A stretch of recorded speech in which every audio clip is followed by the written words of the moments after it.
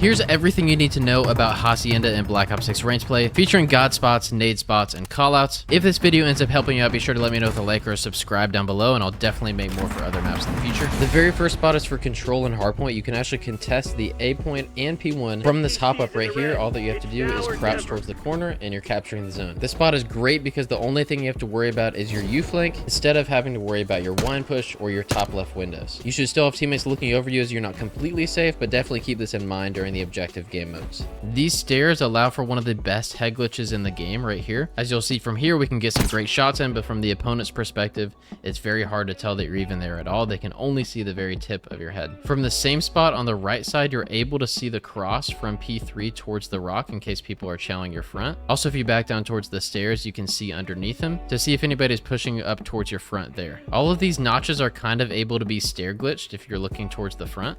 You are a little bit more exposed than, let's say, if you just played the rock heady right here. But this is definitely an interesting off angle to keep in mind, especially if you get caught while trying to break P2 or something like that. Speaking of breaking P2, if you're trying to take a water route, you should know that you can hop on top of all of these poles here by jumping out of the water and spamming your X button.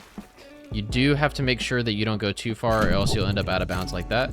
If that is the case, just back up towards the end of the pole, and then you can turn around. You can see all of P2, as well as the rock, and even out closer to boathouse. Some of them are higher than others, so you can't make it on top of every single one, but the ones that have two poles back to back make it super easy to grab first the lower one and then the higher one, just like that. So here, nice off angle towards P2, and you can even jump up higher if you need to. If you want to jump across towards the other one, you definitely can as well, although it's definitely on the flashier side. You do have to make sure, again, that you walk out far enough so that you're not outside of the map. Now, inside of P2, there's a couple interesting areas that you can grab time from. If you end up playing the car, you can always look through the windows as it turns before standing up and challenging anybody pushing your front. You can also turn around and dive into the garage door here. And if you turn around, you can look towards the back. Just keep in mind that you are kind of levitating in the air. You can't dive on top of these ledges here. You just have to catch the car as it's turning at the right angle. And shout out S and Dylan for these last two spots. It's pretty safe to say that nobody's going to be expecting you here if you're holding P2. Now, during the P2 hill, it's very important that you have somebody back here blocking the spawns, because if you can trap them into only pushing your front, this is an easy hill to hold. And there's a lot of great head glitches back here to watch your deep left flank, or even see if people are pushing your lobby. But if you want to guarantee that you have the back spawns and all the information, you can jump right here and go inside the statue. That way you have the entirety of the back flank. You can even see the cross from lower as well. You can also do the same thing on the other side as well. If you're playing lower panic room and are trying to spawn trap, you should know that the left part of this door frame you're able to see diamonds through, although it's a little bit finicky on when you can and can't shoot them through the door. So I would mainly use this for information that they're crossing before coming out and challenging them. Over here on the outer fences, you can flank either side by going outside the map. That way you're not getting funneled through the gate here. One thing to keep in mind is that the height of your jump is actually way later than it has been in previous CODs. So start your jump earlier than you think when you're trying to clear the gate. That way you can go over it and flank the other side. You can do the same thing from this side as well. And just like that, you flanked their well. While it is tricky to get over the fence, they've made it really easy, and you can mantle any part going back inbounds. If we climb up to top secret and then turn around, you can jump on top of the shed. Just this ledge here on the outside that allows you to watch the gate push. You can also turn around and look towards B control. All in all, this is a great off angle for locking down the map, at least this side. Here in 10, you should know that there are out of the map spots on this side. You do have to turn around and make sure you go around that pole to get inside of 10. This is to flank if you know somebody's playing in here, but you're not exactly sure where. You just hit them with a route like this, and all of a sudden they're getting shot in the back. Same thing goes for going from 10 into P3. You can jump out like this and even get some distance before jumping over the fence and shooting anybody in the back that's grabbing time. If you want to do the opposite, you could also jump over the fence and flank into 10 just like this. While this fence is wall bangable, you're able to use it as a heady towards top plat, and you can strafe so that you're not staying in the same spot the entire time.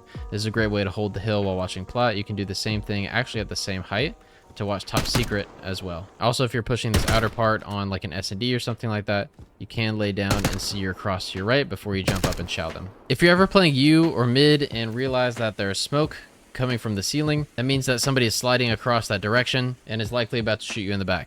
This goes for pretty much any ceiling that has a floor on top of it, so keep that in mind. If you ever notice any dust or anything like that, use that for information. For example, like Top Cat on Skyline, that somebody is crossing. Here at the P3 fences closer to 10, you can jump on top of this wall right here.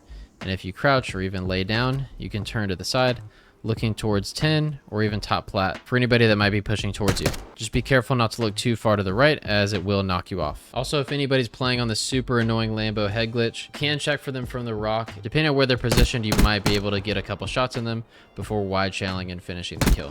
Another pro tip for challenging the Lambo is that this spot right here is actually a way better vantage point than you might think. From the opponent's perspective, it's very difficult to tell that you're there, and this chow gives you a height advantage compared to this one down here, where not only are you easier to see, but you're more vulnerable too.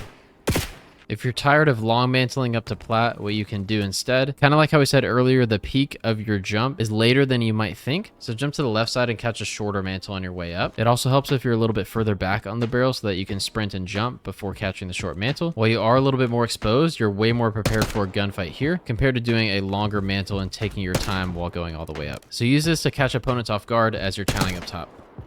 Up next is nade spots. The first one is going to land right here at the arch, leading from well into shed and fences. What this looks like off of this spawn is right when you cross this head glitch right here. What you'll want to do is send the nade a little bit to the right side of that point in the roof right there. And what it will do, go over and land in that gate that we were showing earlier, taking care of anybody that's there. As we're showing the kill cam, like I said, to the right side of that roof, it'll land directly in the gate, and anybody that's pushing this side of the map is completely screwed. And if you're worried about the timing of the nade, you can send a stun once you get a little bit closer, although it has to go over the shed right there. And yeah, like I said, the reason it has to be closer is because the stun doesn't reach much farther than that range right there. The next nade spot is for here at B control. This is a common area you want to be able to take people out from, especially while they're capping the point and you're off spawn. What this looks like off the boat spawn is simply jumping and sending the nade over the building. This will land at the fence like we showed, and that was a direct impact actually. We'll show on kill cam. Goes directly over the spawn building or the office and then lands on the outer part of that fence right there. This is a lot easier to do in an actual game mode because you'll have the indicators for the control points over there. Next nade spot is for anybody playing P1, and you can use these corner buildings kind of as a guide. If you're lined up with the corner, you can walk and simply send the nade over.